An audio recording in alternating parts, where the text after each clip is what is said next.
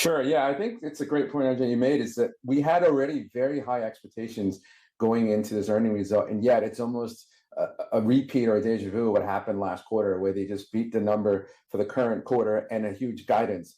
We were, I think, more bullish going into this guidance relative to I think the overall street, because I think we see two things at work. I think the one thing is just the mix shift. I think what people don't quite give the company enough credit for is the pricing power they have, right? As they increase their mix of H100 GPUs, you're talking about their ASPs doublings in terms of the cards, right? And I think that mix went up a lot into the third quarter. And also, I think the other thing that's held people back is just it's not really a question of demand. We know AI demand is fantastic; it's strong as continues to go from strength to strength. But I think the concerns were more about the supply chain and whether there's going to be bottlenecks that hold things back. But I think what we see out here in Asia is that the supply chain is very robust, and we are confident that I think the supply chain would continue to expand, and that's been a message that's been reiterated, I think, by the management today. And so I think this is what's going to drive the overall consensus earnings to go up from here. Frank, well, I read your note before these set of earnings came out. You've got a target of $780 on Nvidia. There's one line in particular from your copy that stood out to me about your GPU unit assumptions of 1.53 to 3.1 million. That's your base case, but you've also outlined the bullish case as well.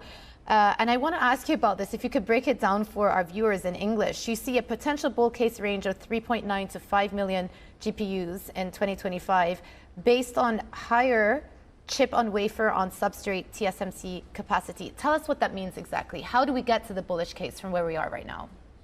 Sure. So if you think about where all the supply chain bottleneck or concerns were, it's really been centered around what they call this chip on wafer on silicon, this CoWoS capacity. It's a type of packaging capacity that is largely being supplied by TSMC.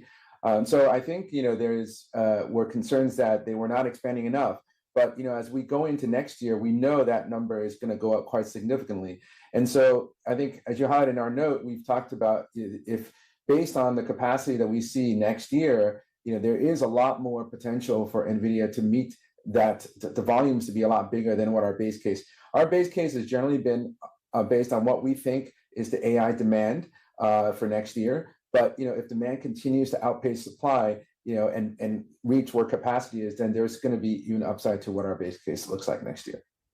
Frank, it's Arjun here. Quick question on, there was a lot of talk about upcoming products, Grace Hopper, as well as the L40S as well. How significant are these new product launches from Nvidia this year in terms of staying ahead of the competition, but also expanding that moat as others try to launch their own rival products?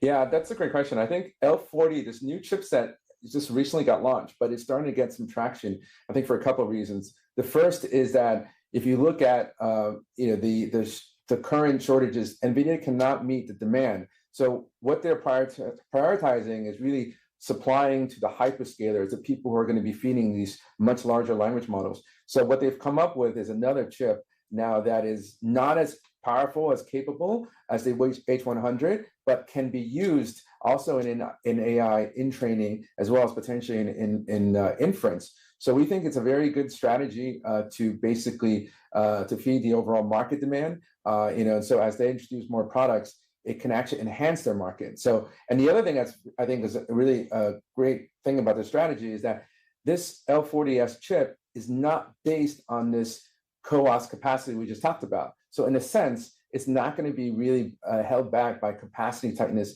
that we've seen with the existing chip. So that gives them potentially a bigger opportunity as well.